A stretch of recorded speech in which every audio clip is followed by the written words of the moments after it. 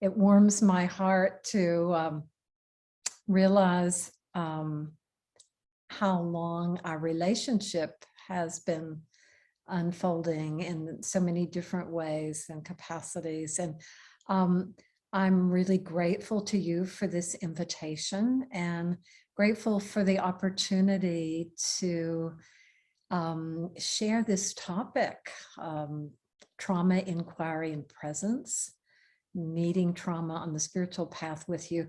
This is a topic that's near and dear to my heart because it's been so much a part of my own personal journey and my spiritual journey, as well as my professional journey. And I do want to acknowledge all of my teachers over the last 30 or 40 years who have informed my work. So my challenge today is to, generally I teach this topic in a 2-day workshop. And so my challenge is going to be how to just give you a taste of some of the key, I think, principles that I've integrated from a number of the approaches and teachers that I've been blessed to have the opportunity to learn from. So let's begin with a landing and settling and grounding exercise practice. And I also want to say, I realize that it's been a very long day, a very long 2 days, and that this is the very end of your day. You might see behind me, it's almost daylight here in California. So I'm just beginning my morning. It's about a little after 7, and I know it's late for you. But let's just begin by doing a little settling, grounding practice together. And a good place to start, both with trauma work and spiritual work, is with grounding. So I'm going to invite you to bring your awareness to your legs and to your feet, and actually feel the contact of your feet with the ground, if your feet are touching the ground, or feel the contact of your body, making contact with the chair or whatever surface that you're sitting on. And as you bring your awareness into your feet, let your awareness move up the lower legs into the knees, the thighs, the hips, bringing your awareness into your pelvis and into your belly center.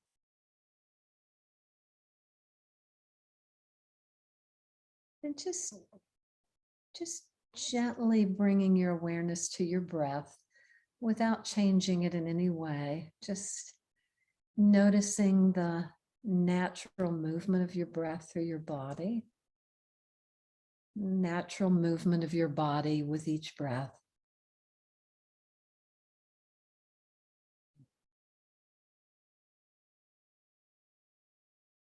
I want to guide you through a specific exercise that relates to what we're going to be talking about a little later, which is the polyvagal theory. And this is a vagal nurturing exercise, and it's a way to calm and settle the nervous system. And I'll give you a resource for it a little later. But we begin by coming to your ears and just massaging your ears a little bit, and even pulling your ears. We know that the ventral vagal branch of the vagus nerve innervates the the middle ear. So we're just opening up our ears, which are how we orient to our environment through hearing and through sound. Sandy, speaking of sound, is the sound of my voice loud enough? Okay, good, great. So now moving your hands over to cover your eyes. And if you have glasses, probably want to take your glasses off and just bring your hands to your eyes. And just take a deeper, fuller breath here. As you allow your eyes to relax a bit back into their sockets.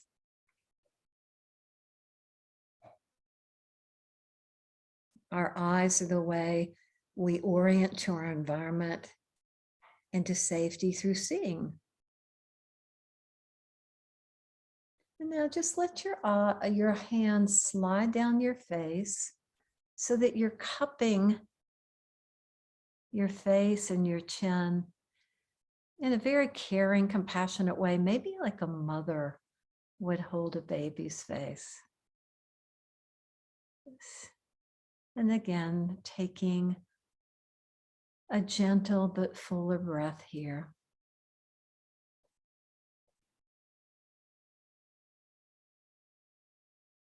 Now sliding your hands down to your heart center. Feeling the contact of your hands against your heart. And again, taking a fuller, deeper breath into your heart center.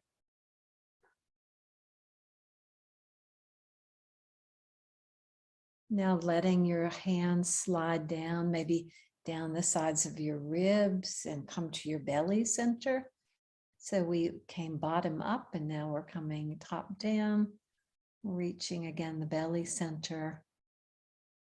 Just take a nice fuller breath here and maybe extend the exhale just a bit.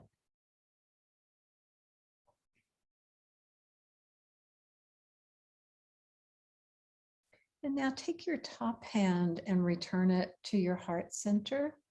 So you're connecting the heart and the belly, taking another connecting breath.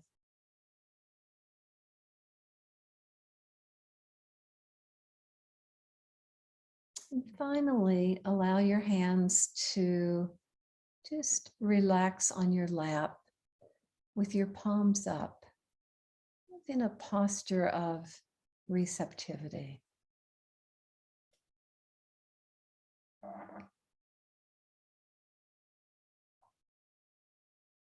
And from here, if your eyes are closed, just gently open your eyes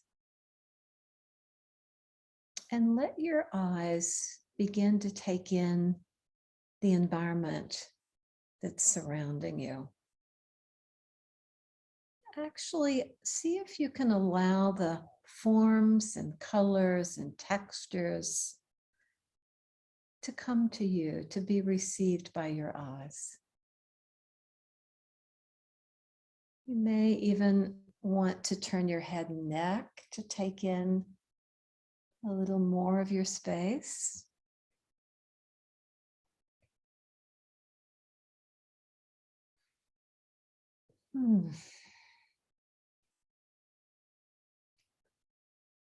And if it feels right to you, I'd like to invite you to put your view on gallery view at this time.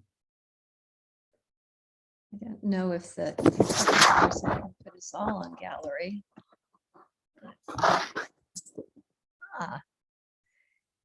So if it feels right to you at this time, just begin to take in the group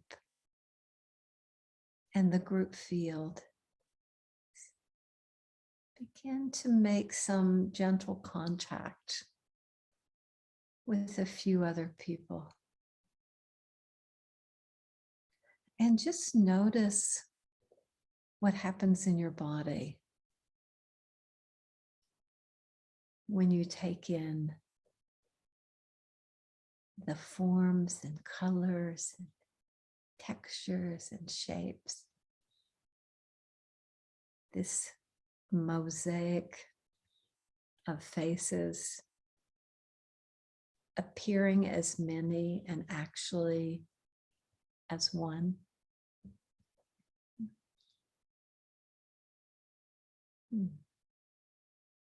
Thank you. We can go back to, so as I'm going to transition and put on some slides. And what I'd like to invite you to do during this transition is to continue to stay with yourself. And during this entire presentation, I'm going to suggest that you practice 50-50 awareness, or maybe even 60-40. You know, the tendency when we go to a talk or a presentation is for our awareness to go out to the presenter.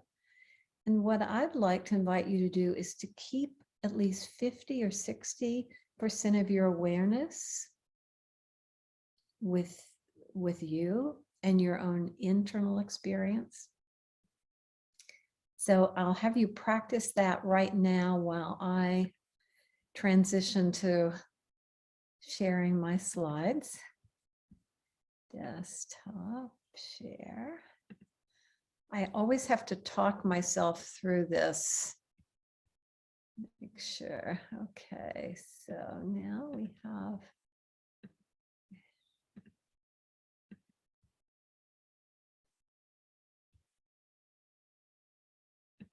Just having difficulty finding play. No, Priya, can you help?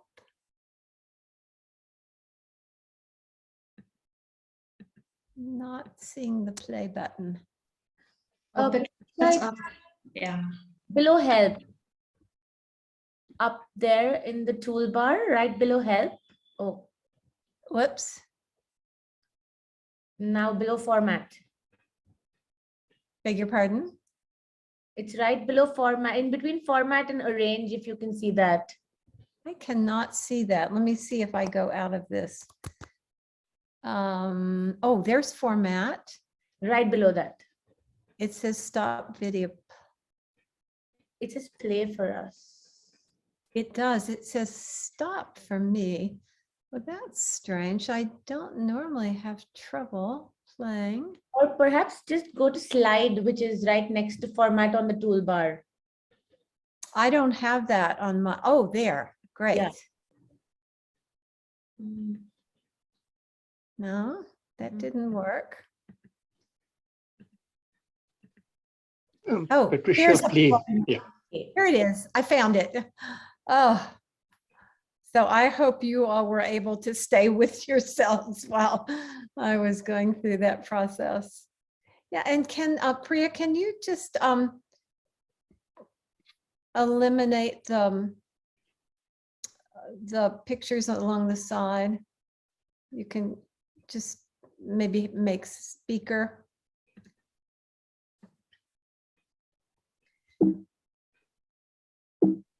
So is this good? I'm seeing a whole group of people, but it's fine. It's fine. So I just wanted to mention, as we're going through this talk, that the little initial practice that I did with you included all of these elements. So I just want to remind you that as needed, you can return to anything that we were practicing initially.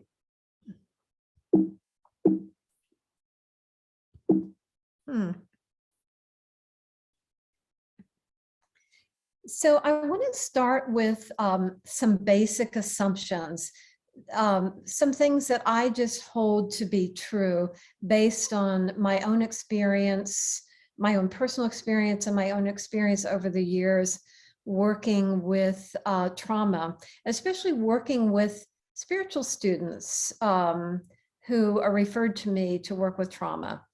And the first assumption is that unresolved trauma can and will surface or be accessed during the process of engaging in your spiritual work, in spiritual practice, in inquiry.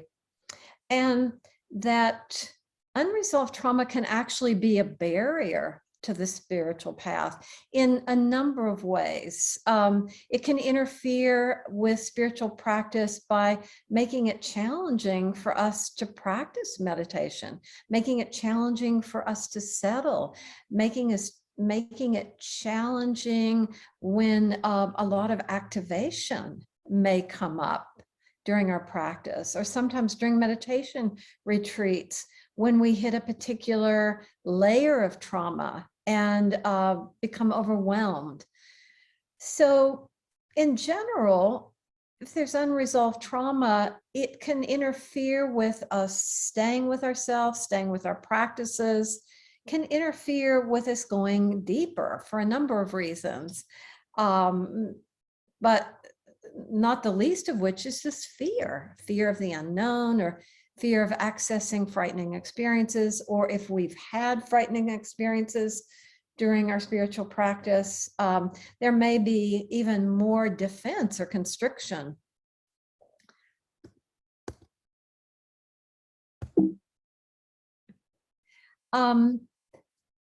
Not only can trauma be a barrier, but it can also be a gateway to spiritual opening, deepening, and awakening. So I hold it as both. I hold it as a barrier that needs to be addressed and worked through, but also as this amazing portal or opening to spiritual deepening. And so when we access and work with trauma layers as they emerge during our spiritual practice, it allows us to open up to a deeper connection, I believe, with ourselves, with our bodies, with others, with our environment, and with our essential nature, with essence or presence. So I believe that working with trauma can be integrated with spiritual work. Now, not all teachers believe this, and not all teachers, most teachers are not trained to do trauma work. And I think that it can still be done. Sometimes there's a need to work with a trauma therapist in addition to a spiritual teacher if trauma layers are emerging. So another assumption, trauma work can support spiritual work. I really believe that it can be a support for spiritual work by working through the barriers that I've been mentioning and that are held in the physiology and the brain and the nervous system, held in the body and the muscles, the tissues, sometimes in the bones. In my case, I fractured 2 ribs and I'm feeling it in the bones. Can be held emotionally as stuck emotions that didn't get to be processed at the time, can be held in certain thoughts and beliefs about ourselves, about the world, about others, how safe the world is, how friendly the universe is, or is the world a dangerous place and people aren't to be trusted. Also working with the energy body, and ultimately what we call in the diamond approach, the soul, which is defined as just the experiencing consciousness, the consciousness that experiences. So the soul is what develops into an ego, and it's also, and it's what becomes conditioned over time. It's also what can become unconditioned. And trauma, I think, is one specific and intense form of conditioning. So spiritual work can also support trauma work. And I'm not going to go into that right now. If we have time, we'll talk about that at the end, because my focus is actually how to meet trauma on the spiritual path. So I want to talk a little bit more about trauma. So the metaphor that I'm going to use, because I know that there are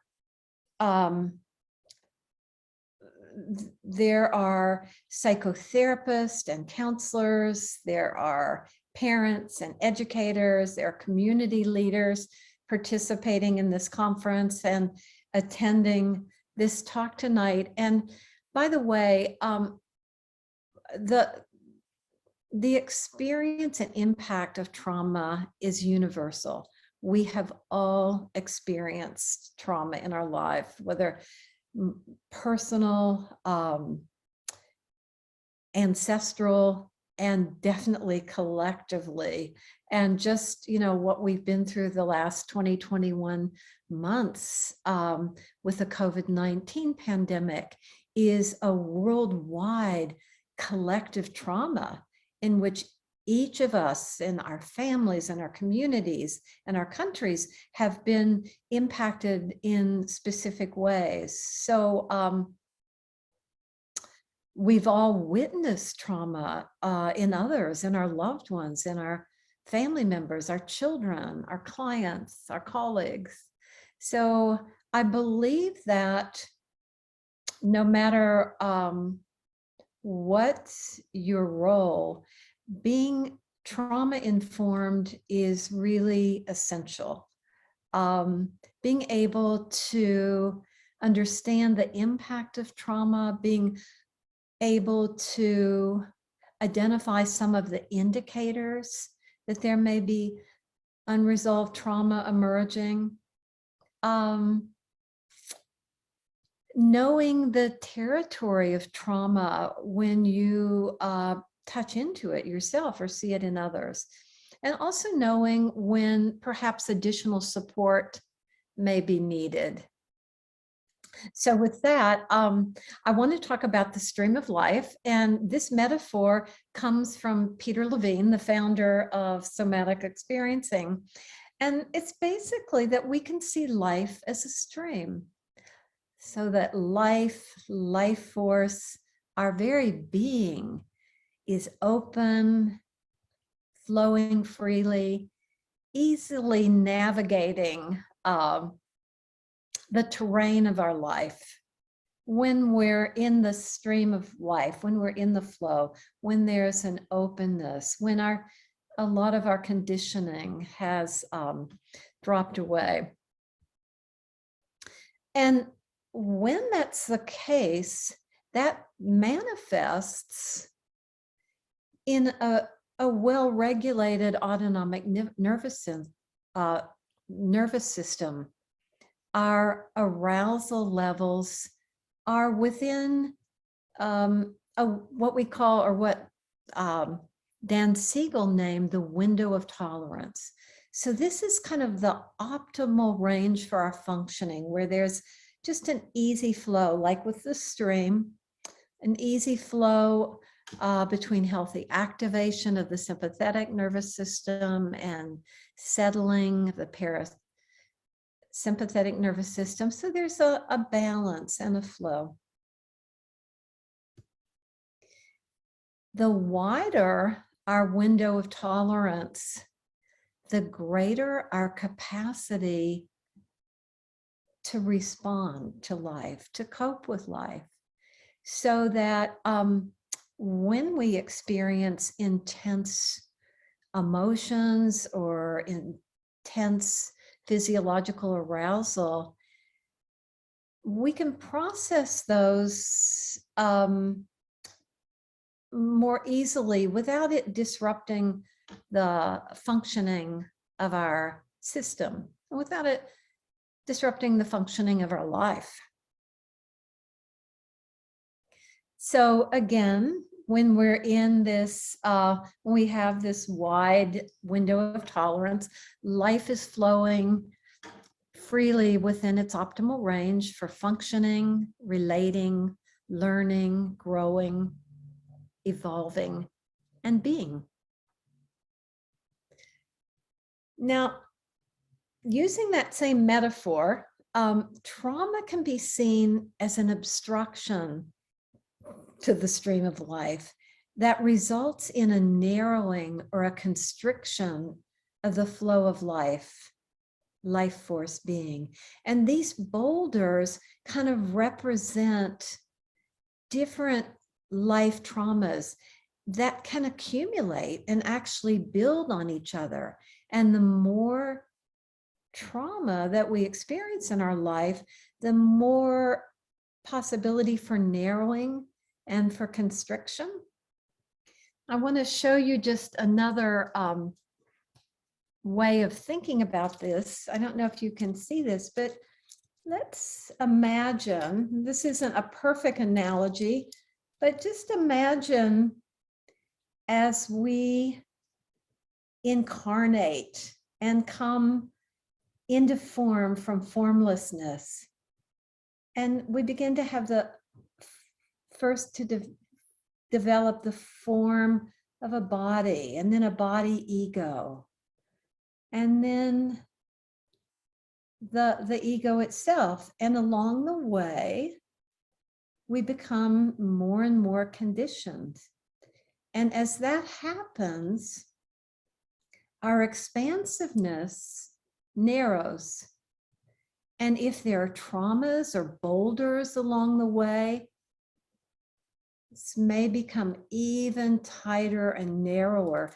So there's very little expansion and contraction happening in the system from where we begin and all the possibilities of responding to life to a much more constricted and limited life. It can even go from this even smaller. We've had some significant traumas in our early childhood. So trauma can be thought of as a narrowing or constriction to the flow of life, to our being. With unresolved trauma, there's a narrower window of tolerance, a narrower bandwidth compared to that wide open window of tolerance we looked at before.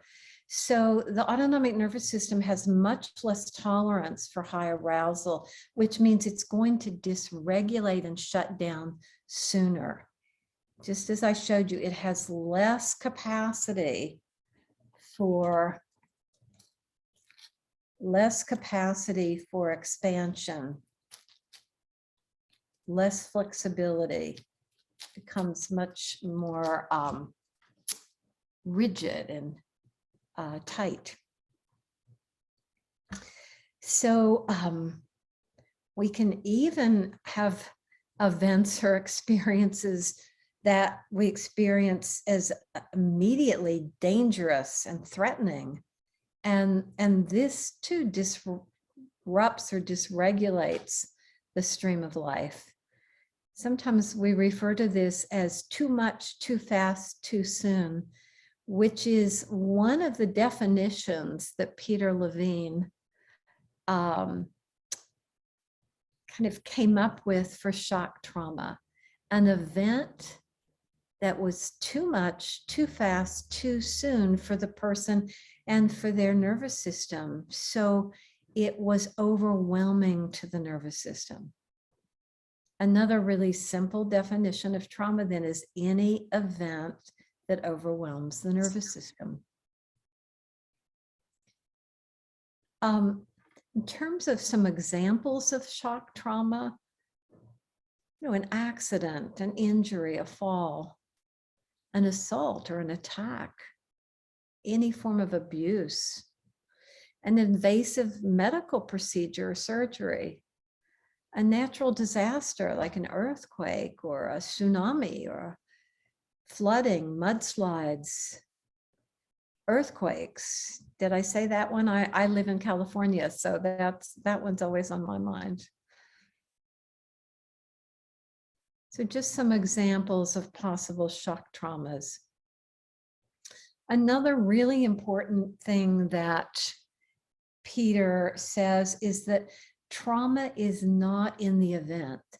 These are the kinds of events I just showed you that may result in trauma, but trauma is not actually in the event itself. It's in the nervous system. Trauma really relates to what the impact of that experience had on this person, what resources were available.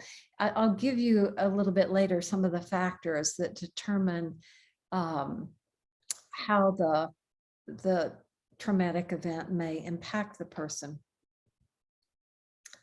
And just again, trauma is not in the event, but rather it's held in the physiology, in our brain, in our autonomic nervous system. It's held in the body, in the muscles and tissues. And I've added, it's also held in the soul. This experiencing consciousness that's developing and learning and being impacted and imprinted by all of its experiences will carry the imprint of trauma. Generally in implicit memory, which is the memory before the hippocampus is laid down and before we can actually record memories explicitly, they're held in the body as implicit memory. That's why it's really important when working with trauma to work with the body. So this is a larger definition of trauma from Peter that I really like. And I've broken it down to you in 3 parts because it's a little wordy. But he says trauma happens when the organism is strained. So when the organism is stressed or strained beyond its organizational capacity to regulate high states of arousal, the traumatized nervous system disorganizes, it breaks down, and it cannot reset itself. So what might that look like visually compared to our healthy, well-regulated nervous system? It looks something like this. It looks like a very erratic, dysregulated nervous system that can have high arousal spikes, can shut down, can get stuck in high sympathetic activation, in which case you would see symptoms like anxiety, hyperactivity, exaggerated startle response, difficulty relaxing, restlessness, sleeplessness, a whole slew of things when your sympathetic nervous system is overly activated and can't shut down, can't relax. On the other end of the continuum, the nervous system can get shut on off, can get stuck more in the parasympathetic, the dorsal vagal branch of the vagus nerve, in which case you're going to see the energy is going to be more depressed. You might see fatigue, lethargy, flat affect, apathy, exhaustion, chronic fatigue, a whole host of symptoms. But I just want you to have a visual kind of understanding. I think a picture is often worth 1,000 words. So I've used a lot of pictures to try to help you picture what may be happening with a dysregulated nervous system, for example. And then the third part of his definition is this then manifests in a fixation. It's what I was showing you before. The nervous system and the kind of even we could say the stream of life gets fixated. And there's a fundamental loss in this rhythmic capacity to regulate to self-regulate arousal, to orient to the environment, as we were doing earlier, to be present in the moment with our moment-to-moment experience, and to be in the flow of life.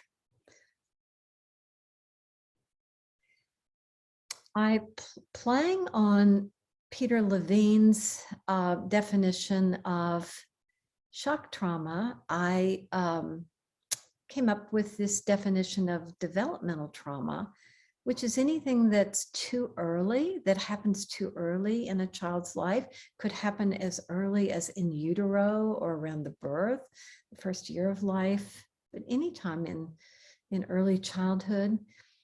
Something that happens too frequently, so it's something that maybe is of an ongoing nature. Something that happens for too long, like abuse that happens over years. And developmental trauma impacts or imprints the developing self. So basically, developmental trauma is more chronic, more ongoing, and it's exposure to adverse childhood experiences like neglect, abuse, betrayal, abandonment, even vicariously witnessing violence. And it negatively impacts the child's development. Generally, the younger the child at onset, the greater the impact. And I just wanted to, this is something I created. Often when you see categories of trauma, they'll list shock trauma and developmental trauma separately. I just created this chart to illustrate that sometimes you will have shock trauma and developmental trauma together. So I'm not going to go through this whole list, but for example, on one side, you might have inadequate mirroring or lack of emotional support from one or both parents, which over time, over a long period of time, would affect the child developmentally. On the other hand, if there's actual abuse, verbal, emotional, physical, or sexual, there's often going to be shock trauma associated with that. So I just wanted to point out that they're not always neat, clear categories. And I'm just going to really briefly, oh my goodness, I'm seeing our time, just briefly say that some of the factors that affect how the person's impacted by the trauma is the age and developmental stage at the time of the event or onset. So basically, the younger the child, the more immature the brain and nervous system, the greater the impact of the trauma is going to be. Of course, the nature of the trauma itself, how intense it was, how overwhelming, was there freeze and dissociation associated?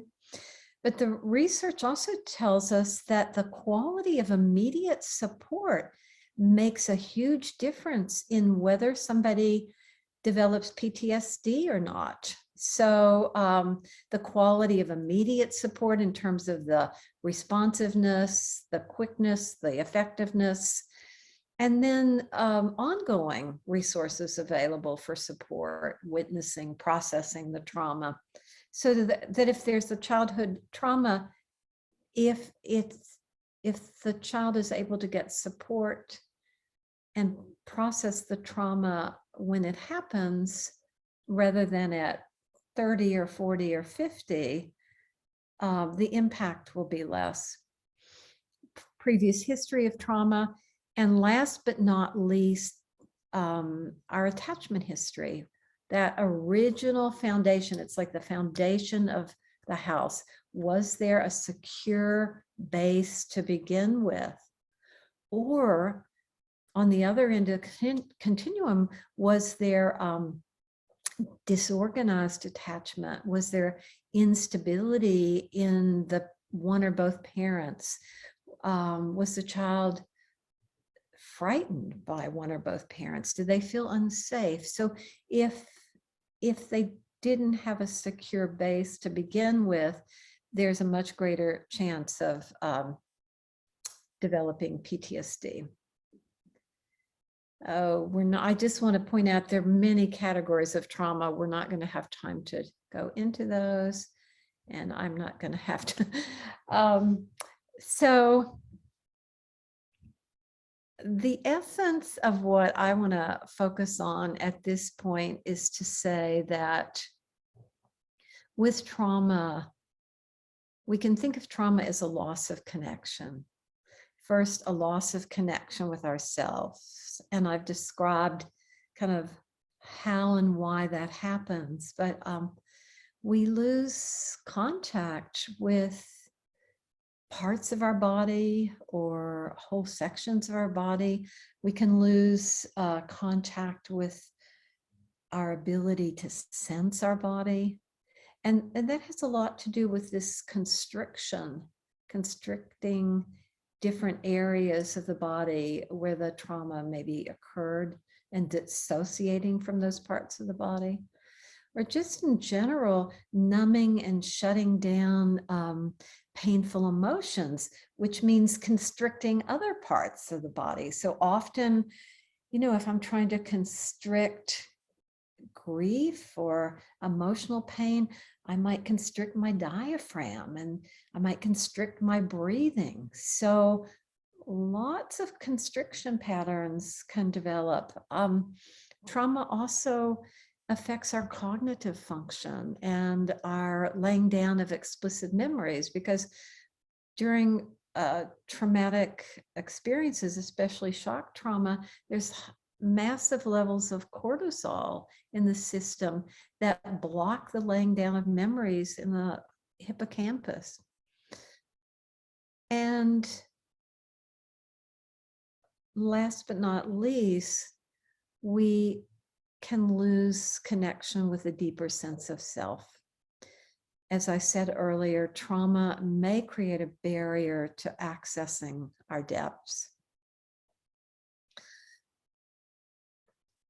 Also, in addition to losing connection with ourselves, we can lose connection with the flow of life, with the stream of life. We can lose connection with others by starting to restrict our contact with others, by shutting down, withdrawing, isolating. Can lose connection with our environment. We might feel unsafe in our environment. We might disconnect from nature. Just other people may, with unresolved trauma, may actually feel safer in nature. That may be their safe place, or safer with animals than with people if people have been the source of their trauma. In general, there's a loss of connection with our life force, with our aliveness, our joy, and ultimately with our spiritual nature, with our true nature, which for some can be the greatest suffering, the greatest source of suffering.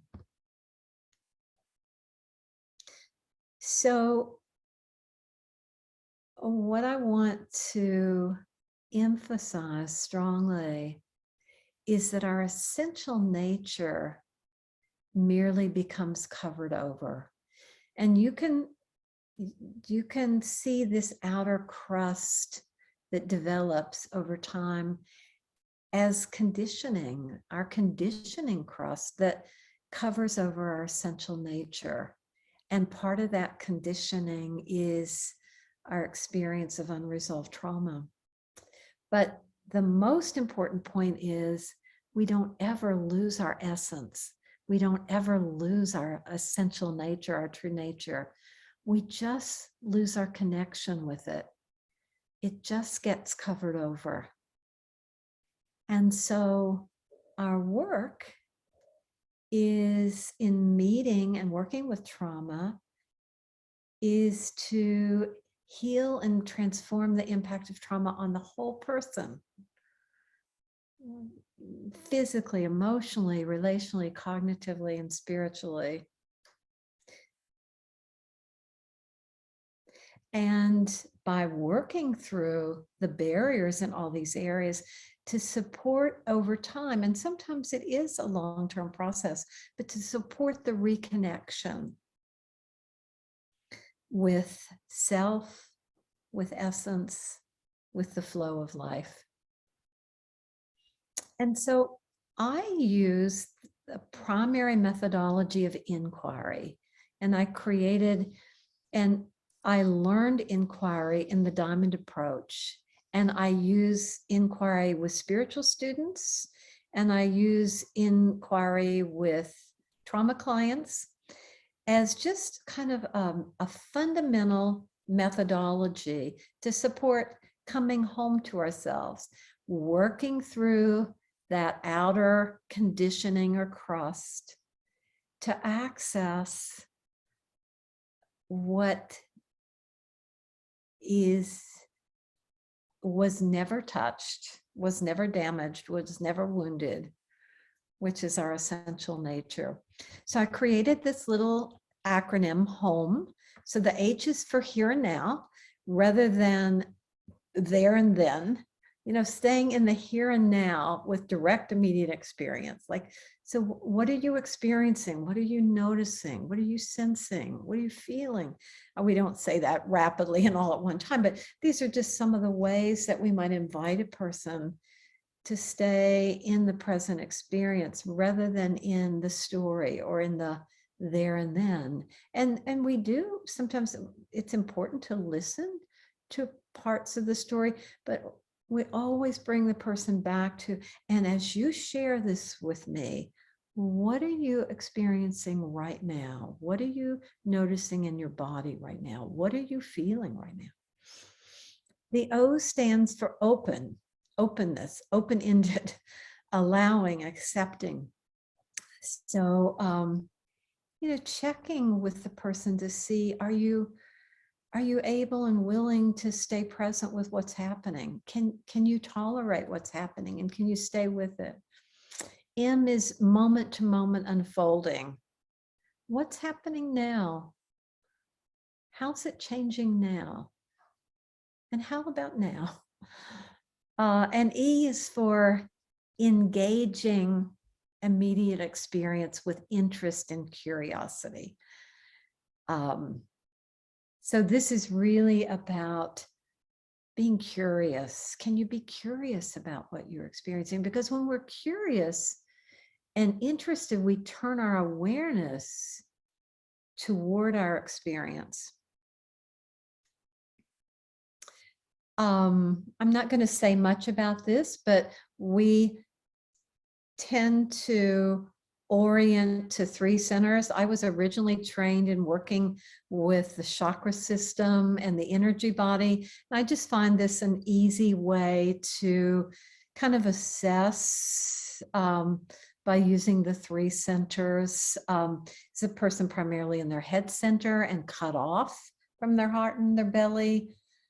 How can I, if so, how can I invite them to bring more awareness to their heart, to touch their heart with not only their awareness, but sometimes their own self-touch, to touch it with their breath by breathing into it. The same with the belly. And that's all I'll say there. I did want to share with you this continuum. And this, again, is something that I developed about to indicate being with another, and a whole continuum of possibilities when you're doing compassionate, collaborative, mindful inquiry. So on one end of the continuum is much more non-directive. If I'm working with a Diamond Approach student who's been in the work for a number of years, and I know they've done a lot of psychological and psychodynamic work, and they've worked through a lot of barriers, psychological barriers, I can be on the more non-directive end of the continuum, or may be able to. This is not to be any kind of a rule. This is just to support you to hold this lightly and know that the most important thing is to be with the person where they are and where they are in the moment, because that can change from session to session or from the times that you see them in a classroom. So on one end, I can inquire in a way that's very non-directive. It's almost like touching with lightly with a feather. So the person is initiating their own inquiry, and I'm tracking, attuning, listening, mirroring, reflecting, inviting, maybe occasionally inviting with a question. Kind of in the middle of the continuum, a little more engaged, asking more questions. There's more dialogue perhaps needed, more exploration through the inquiry, maybe doing some co-regulating where the non-directive end of the continuum, the person has the capacity for regulating. On the other end, there are times when I may have to inquire in a much more directive way. And that's when the person their nervous system is dysregulated or they're unresourced. I'm just going to show you one more slide because so basically, and I only put up just a few possibilities. Basically, we want to assess the person's capacity, their resiliency, that window of tolerance that I showed you. How wide or how narrow is that window of tolerance? And here's some of the things that we might look at. Do they have the capacity to be present in the here and now? Is there self-awareness? Is there a capacity for inquiry, insight? How regulated is their nervous system? Is there a capacity for connection to themselves, with others? Is there a capacity to receive support? Is there agency? Do they have the capacity to take responsibility for their lives? And basically the degree of dysregulation. Sandy, I think I'm going to have to stop there. And I didn't, just say, so meeting trauma is basically, if trauma is a loss of connection with ourselves, then meeting trauma is reconnecting with ourselves and reconnecting with the flow of life. And most of all, reconnecting with our true nature, our essential nature, our essence, our presence. So I'm going to stop this share, if I can. Yep. I am so sorry I did not get to the polyvagal theory.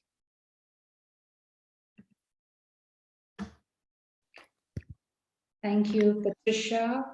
You're very welcome. Let me get out of here. Oh, there, I'm back. I'm wondering whether we have time for questions. Should we take some questions? It's up to you. I have time. Are there some questions? So we've just enabled the chat, and so just maybe just let's take a minute. Maybe just let's see what's here and what's coming up, and if there is a question, just put that in chat. And Tejaswini, can you put that in chat?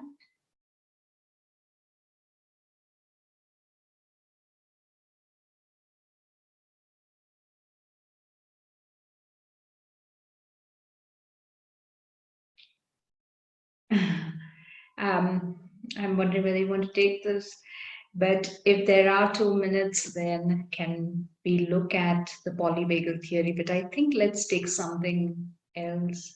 Ways to deal with or ways to heal implicit trauma, implicit memory associated to past trauma. That is Also large, yeah. yeah.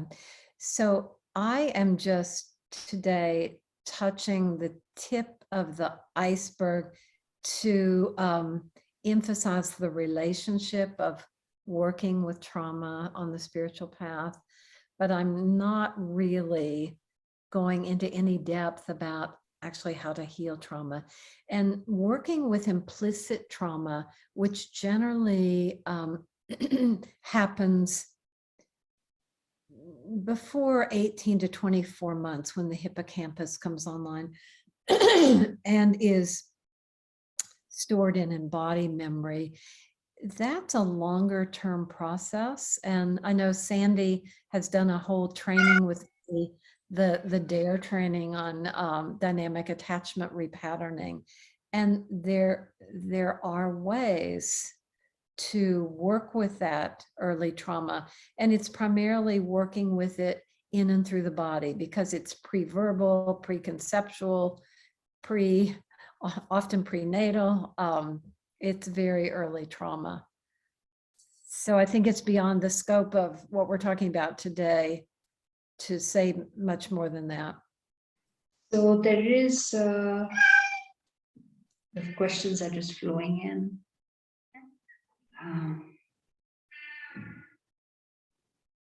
Yeah, so there are related questions around this about trauma resolution or even trauma being a portal to a deeper sense of self, and that it often brings people close to a spiritual deepening. And if you can say more about that.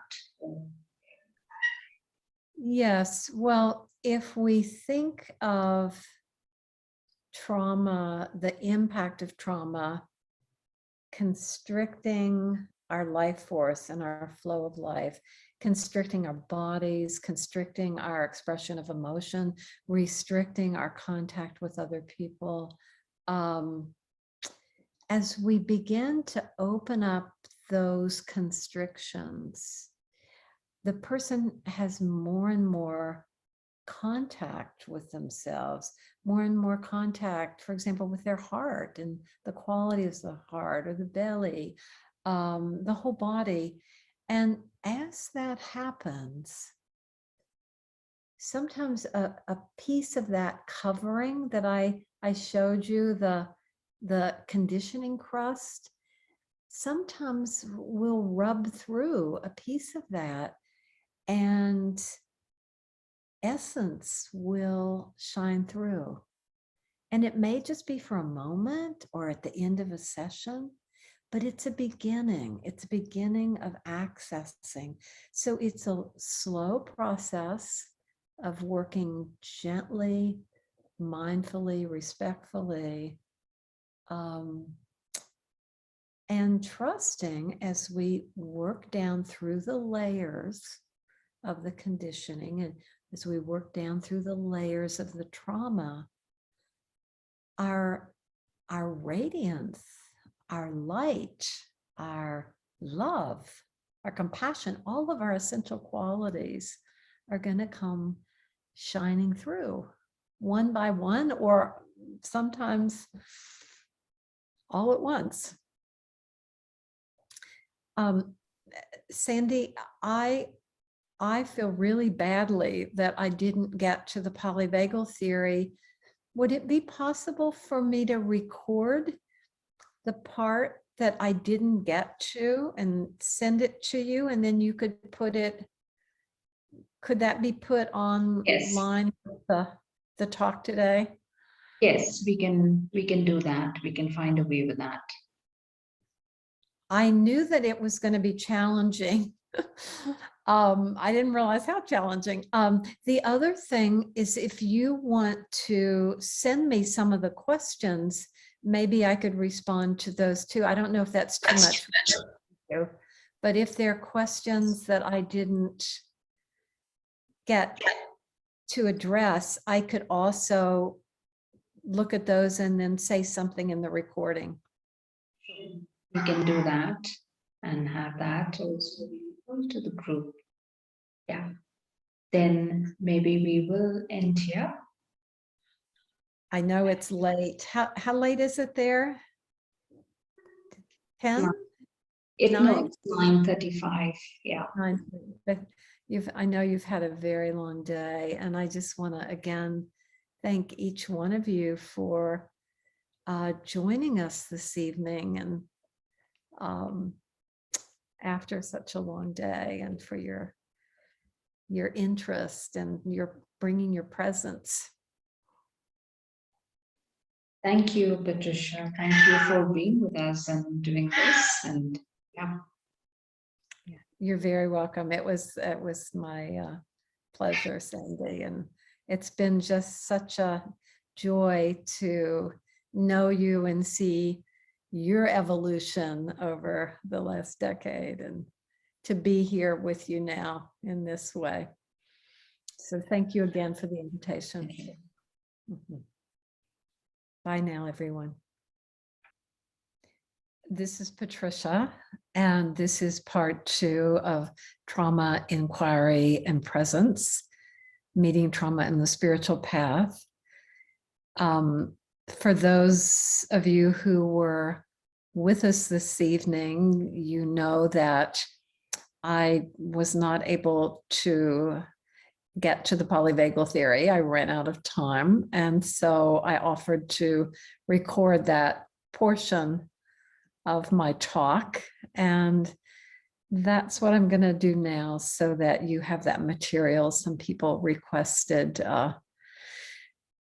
well, we're disappointed that we didn't get to the polyvagal, and I was too, because I consider the polyvagal as kind of essential for anyone who is in relationship to themselves and to other human beings. It's not just beneficial for psychotherapists and counselors, but also for spiritual teachers, for school teachers, educators, for parents, to be able to know what neural circuit their child may be in as a stress response, and ways to gently help re-regulate them. So I think it's a really useful theory.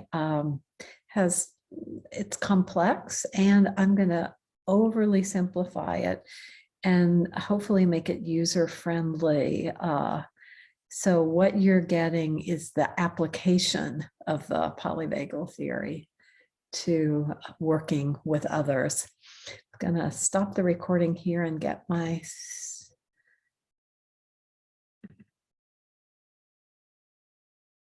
I'm going to share my screen now with you. There we go.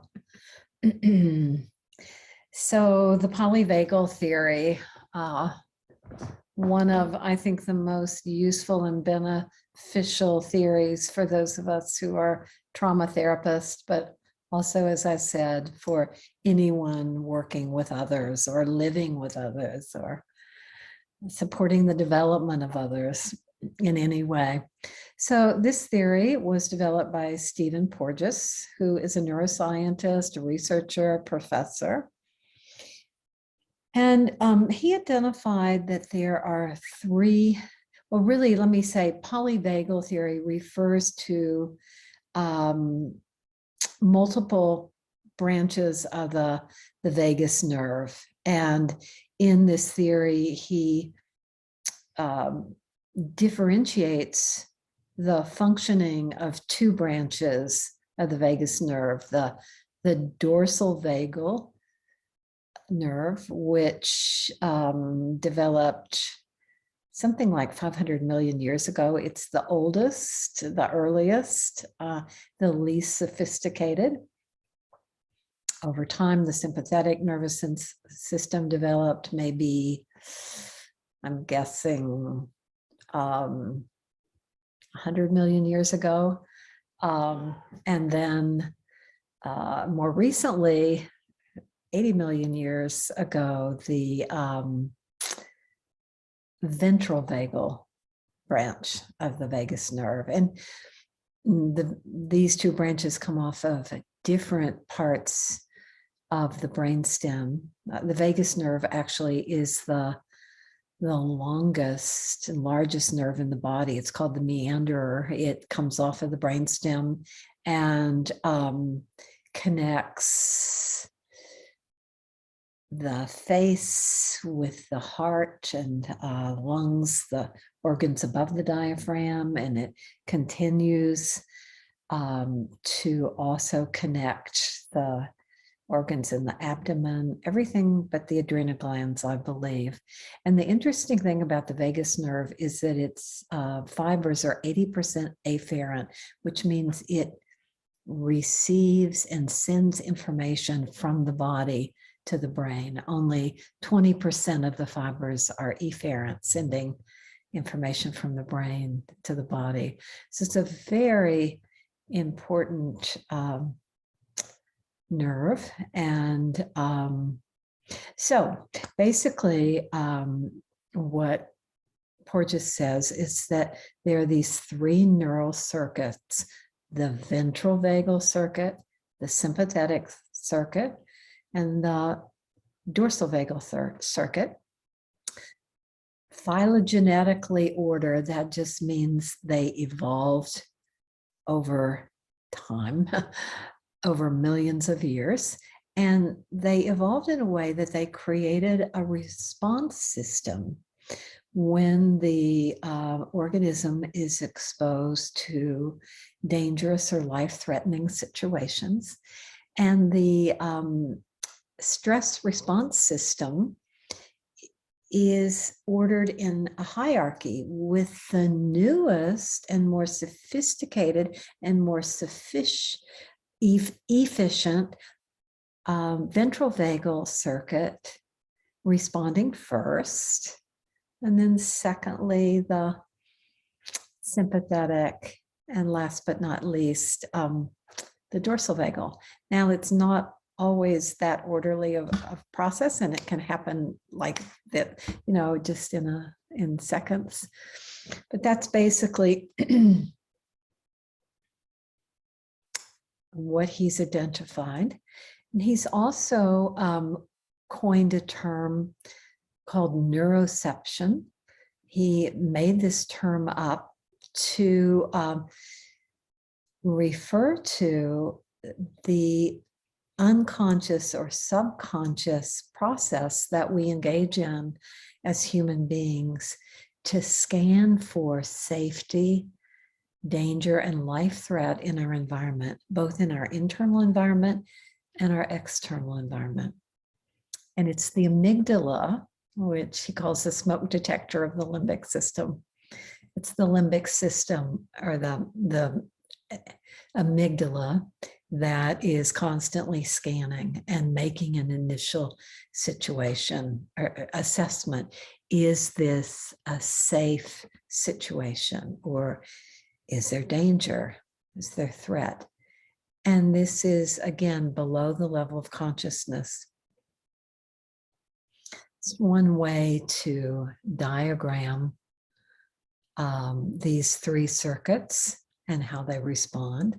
So if there's a neuroception of safety, the person responds by social engaging, and we social engage through eye contact, through physical contact, through the prosody of our voice, the tone of our voice, the variations in our voice, our facial expressions, our gestures.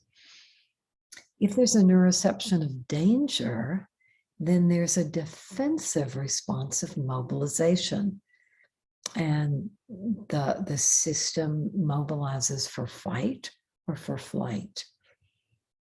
If there's a neuroception of life threat, there's again a defensive response, but in this case, it's immobilization. The the nervous system starts to shut down, to go into what we call a freeze response. There's a whole range of possibilities with the freeze response, but basically it's an immobility, an immobilization response. Here's just another way of diagramming it. Excuse me. So you see the three circuits, ventral vagal, sympathetic, and dorsal vagal. And the three possibilities with safety, neuroception of safety, we are free to socially engage with a neuroception of danger. The nervous system mobilizes for fight or flight, the sympathetic nervous system. And with life threat, the dorsal vagal circuit becomes dominant and goes into an immobilization response. So again, as I mentioned in the first slide, this is a hierarchical response of the autonomic nervous system to stress, to danger, to life threat. In a well-regulated nervous system, it begins with social engagement and an attempt to co-regulate through making contact with another.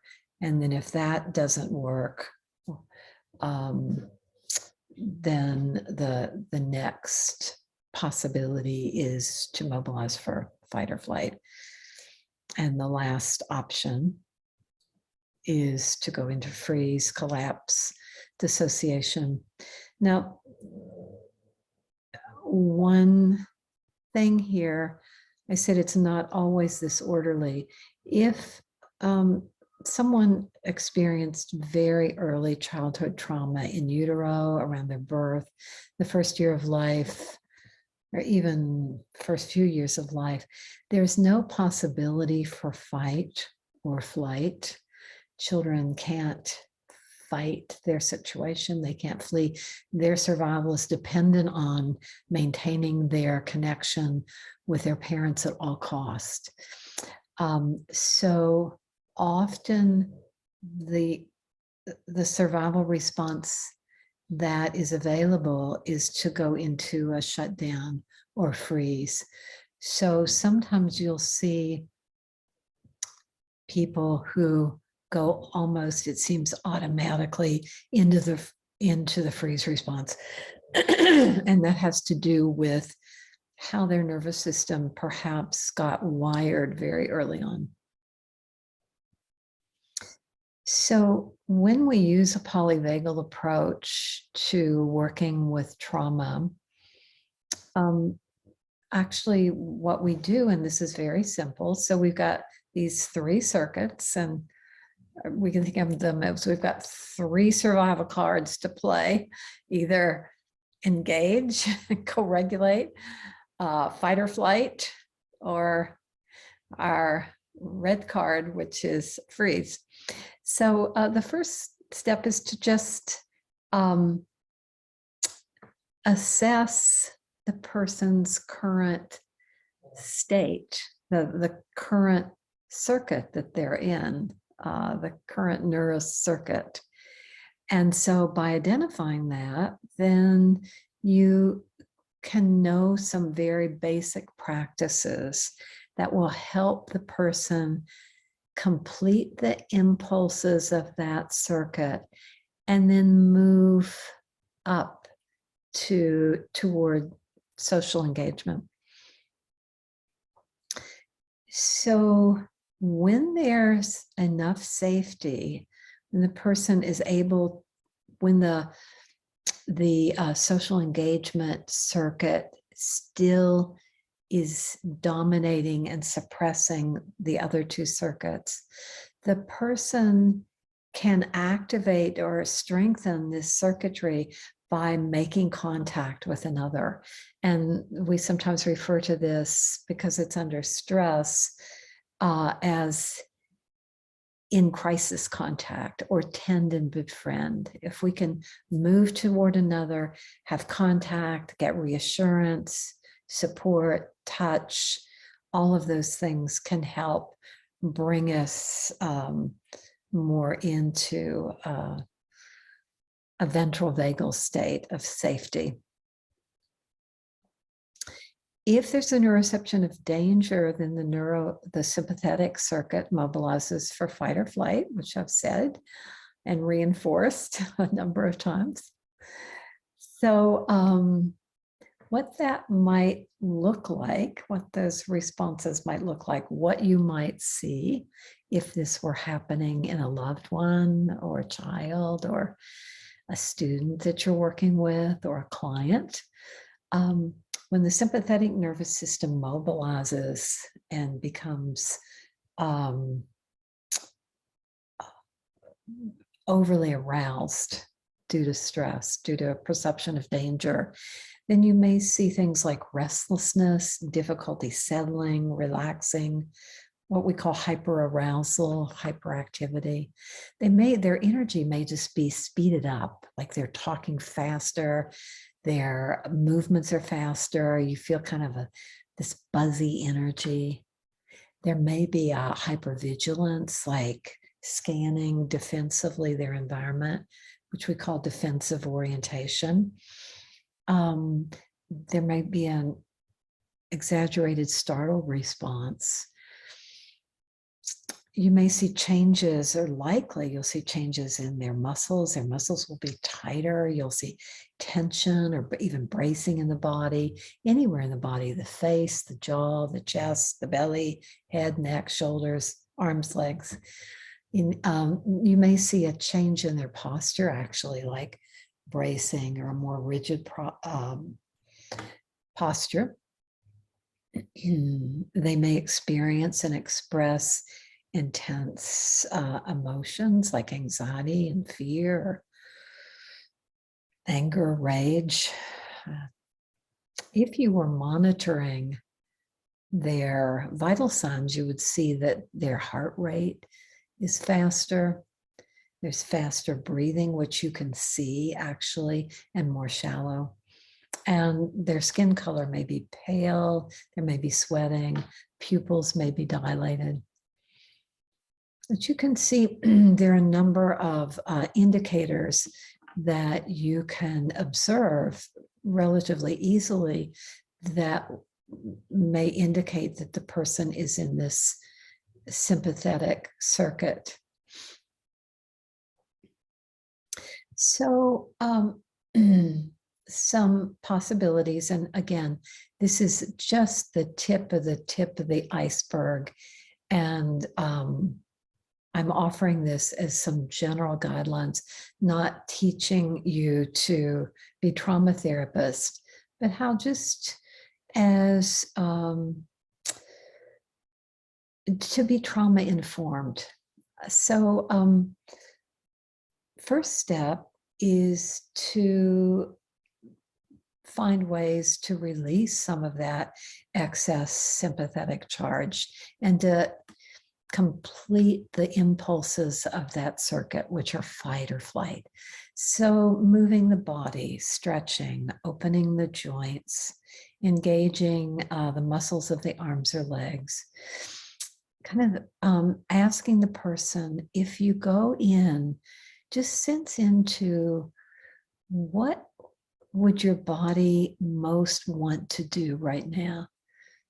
Feel into if there's any impulse coming through your body, and it takes time to wait with the person to find an impulse. And sometimes that impulse is to punch or could be to run. And generally what I do is just invite the person to let that impulse build without acting on it. See what it's like to be with the impulse and let it build in your body, and let it actually expand so it gets bigger. And sometimes then the impulse or movement can come through in slow motion. But the important thing is to let it build, and that builds the container. Anytime people can contain the strong energies and the strong impulses, it helps strengthen the container of their body. And then it's also okay at some point to say, look, just let that come through in slow motion. And there's sometimes that they'll want to be more active in expressing that. For example, if there's a strong no coming through, or a strong, I want to push this person away, sometimes we can do that with them or have them push against a wall. Also, just feeling whatever feelings come up. And again, seeing if the person can contain those feelings, let them build, let's say there's a lot of intensity in the chest, perhaps letting that spread over a larger part of the body, maybe connecting the chest and the belly, letting it spread to the belly. The larger the area of the body that intense emotions can spread into, there's more containment. It puts less stress on the body. If you're feeling something intensely in one area, if you can allow it to spread, just gives you more space, more containment, and it spreads the intensity over a larger area. And that's from the work of Raja Selvam and integral somatic psychology. So if some releasing of that high activation begins to happen in subtle ways, some of the signs of releasing are tingling. The person might report that they have tingling down their arms or legs. There may be twitching or trembling, even shaking, and that's normal. And you want to encourage the person or the child to shake. Right after a trauma, the best thing that you can do is sit with somebody, touch them if they're open to that, and let their body shake and normalize the shaking. This is your body and your nervous system doing what it knows to do. This is the wisdom of your body to try to discharge some of that excess survival energy. You can see some other ways that you might see releasing happening. Person yawning or sighing, tearing up, spontaneously laughing or crying. They might report that they feel a lot of warmth or heat, or sometimes chilling or chill bumps. So signs that the system is relaxing and moving toward the social engagement circuitry is slower, deeper, easier breathing, slower, steady heart rate, a flow of energy and warmth, they may report. Just you'll see a calmness and openness and ease. Their muscles will begin to relax throughout the body. You'll see a relaxation of their facial muscles, their head, their neck, the shoulders, chest, arms, legs, belly. Overall, you'll just see a more relaxed posture, a more relaxed tone of voice as well. Excuse me.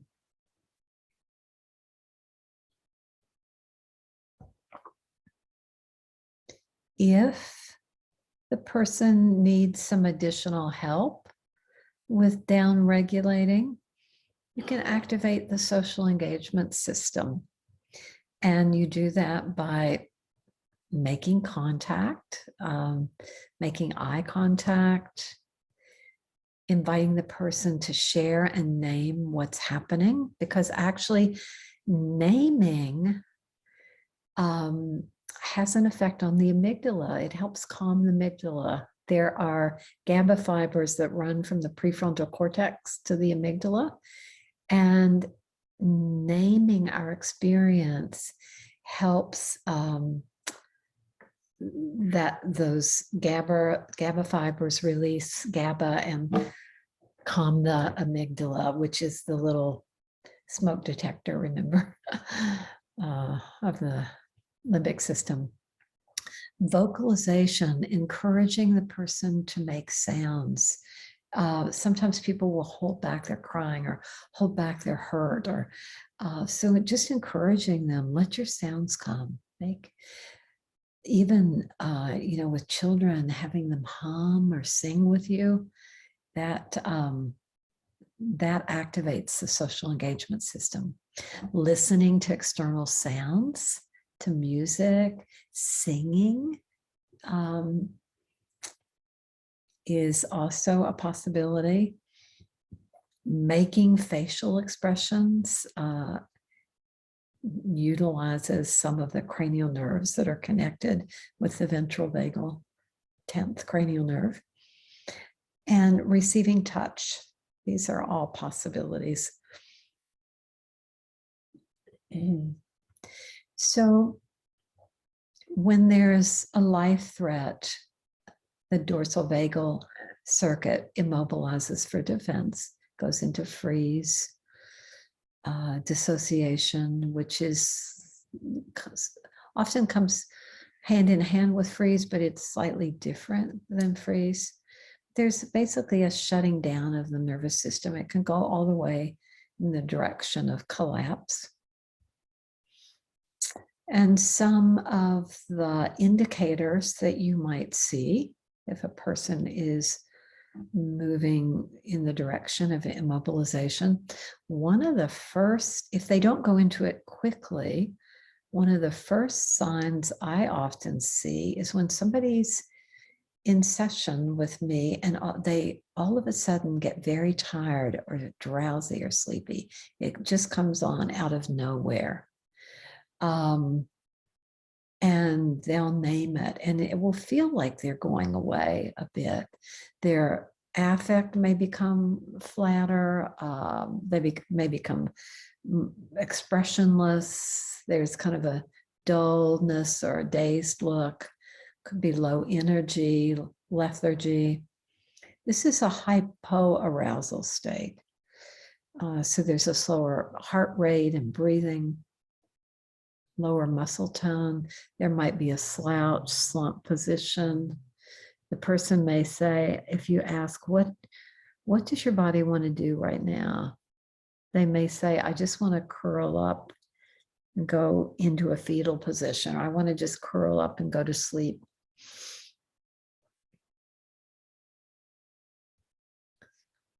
So one of the things that I want to say about this, and by the way, this is US President George Bush, when he was reading to children in a classroom and was first given the information on the 9/11 attacks. And you can see in his face the freeze response. What I want to emphasize about the freeze is this response is not a conscious choice. Our nervous system decides for us. It's a default survival response in the hierarchy of threat responses. If we can't fight and we can't freeze, the nervous system, or if we can't fight and we can't flee, the nervous system takes us into the freeze as a last-ditch effort at survival. It's an oxygen conservation state. It's also a death preparation state. If the life-threatening situation is going in the direction of death, it creates a kind of analgesia that prepares person for a less painful death. So it happens automatically. When the activation in the nervous system reaches a certain level, it's like a circuit breaker that shuts down your electrical system when it gets too overloaded. You can think of the freeze as that. When the activation in the nervous system goes over threshold, then the system shuts down. So when we use the polyvagal theory or a polyvagal understanding, a polyvagal orientation to work with trauma, we generally work from the bottom up.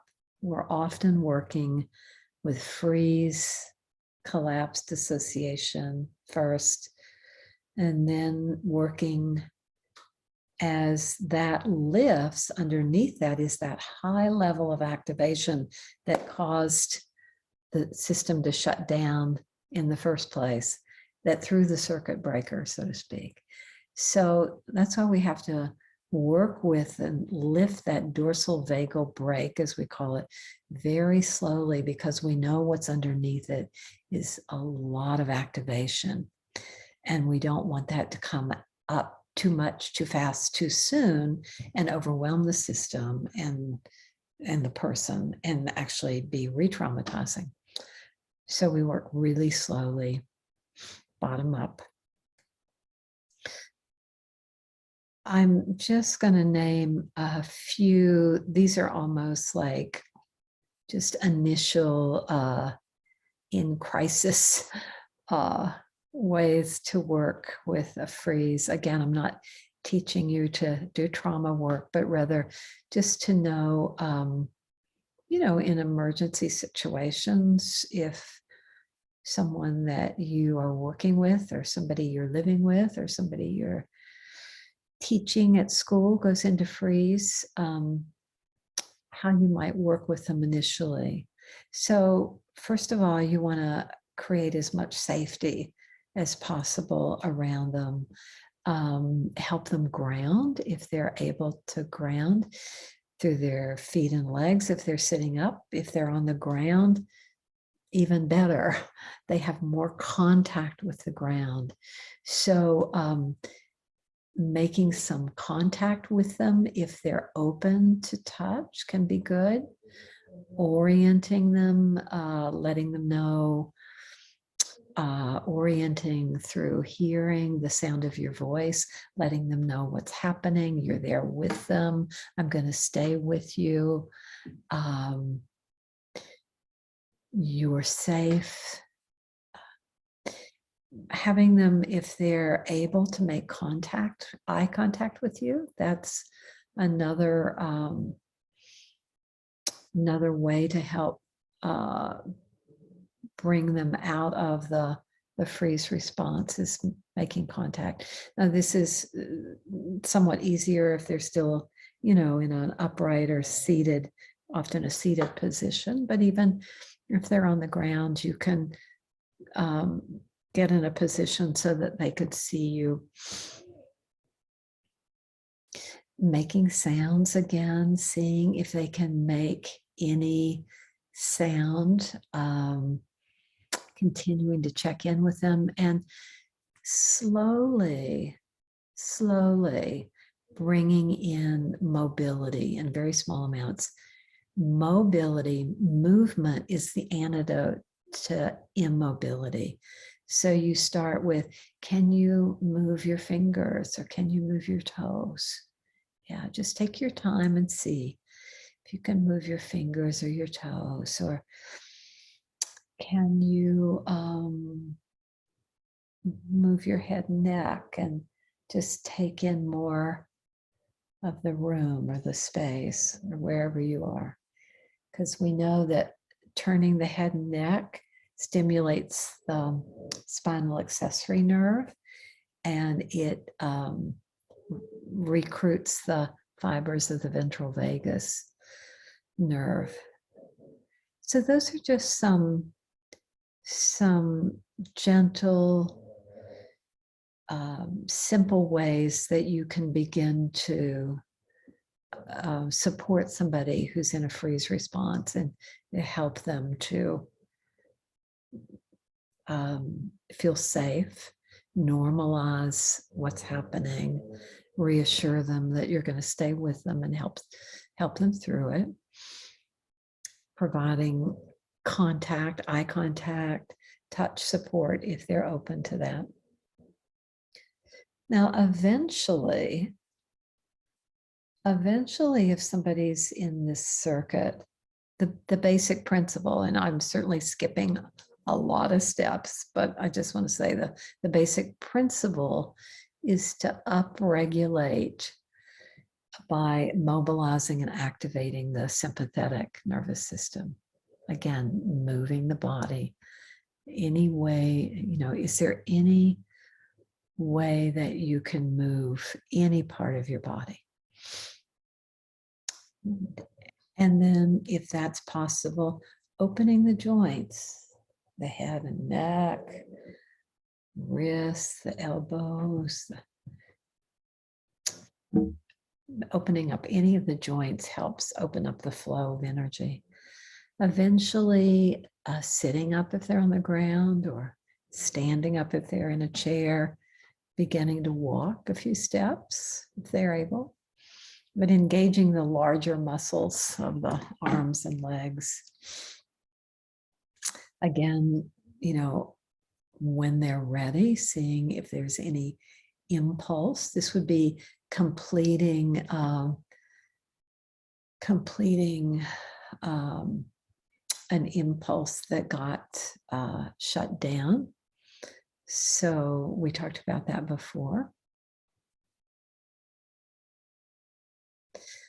Fundamentally, Stephen Porges says, safety is the treatment. We're wanting to return to a ventral vagal state of safety. And when there's a neuroception of safety, we hit the reset button of our autonomic nervous system.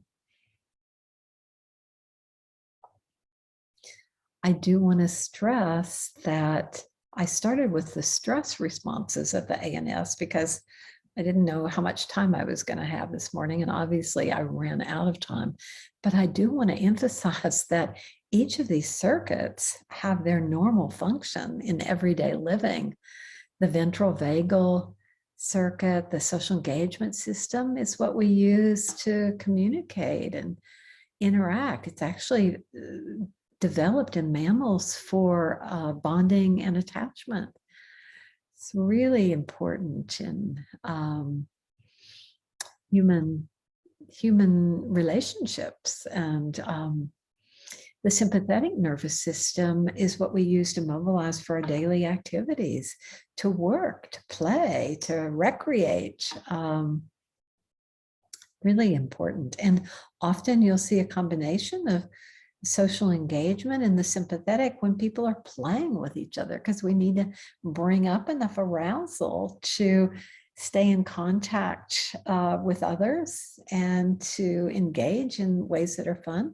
Like when I'm with my grandchildren, I want to be using, I want both of those circuits to be on board so that I have enough activation from the sympathetic nervous system to catch up with them, so to speak, and do some of the things that they enjoy doing. Now, if I'm wanting to meditate and wanting to calm and relax my nervous system and to go into a meditation practice, then I want the parasympathetic to be available. Well, both the social engagement system and the dorsal vagal are both parasympathetic, but the dorsal vagal circuit is more the state that we go in to for meditation. It's also the circuit that we go into for sleep, in the 4 stages of sleep.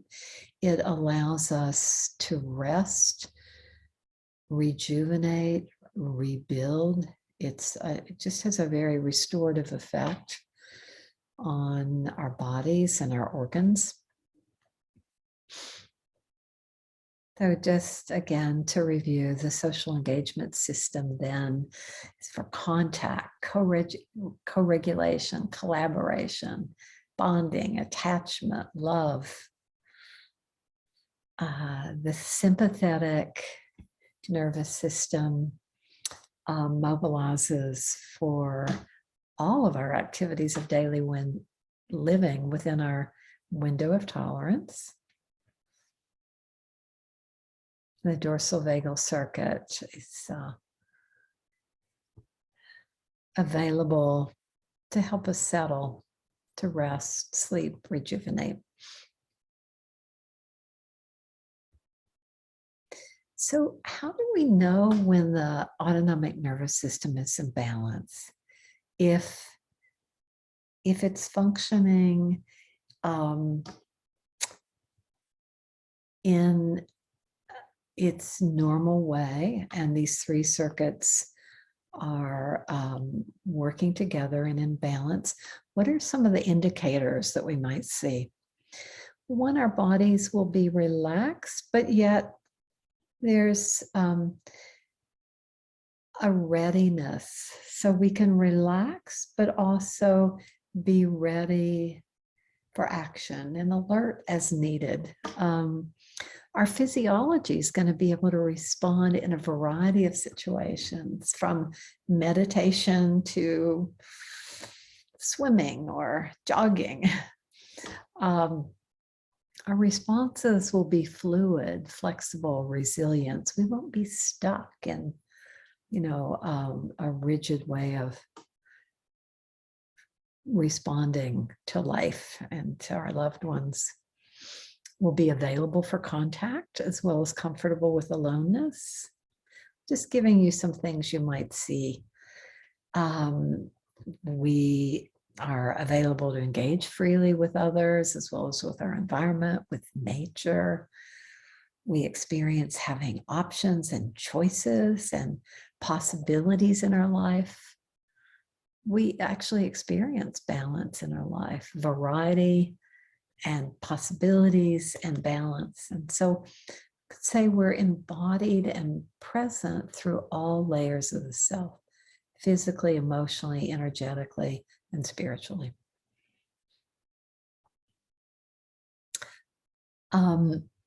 This is the vagal nurturing exercise for calming the nervous system and especially the vagus nerve that I guided you through in the first session.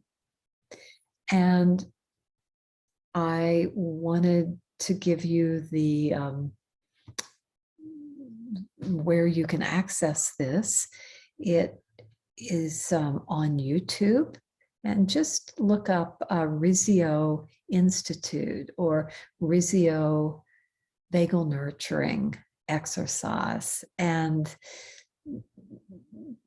the person who developed it guides you through it. It's about a 2-minute practice. It's a lovely practice and something you can use. Takes about 2 to 3 minutes, depending on how long you hold, each position. And it can be a lovely practice for calming your nervous system. That would be helpful. The other thing that I wanted to share with you are some polyvagal resources. And this is on a website for the Colorado School of, I think it's Colorado Energy School, that was developed by John and Anna Chitty. John, while he was living, had a passion about the polyvagal theory.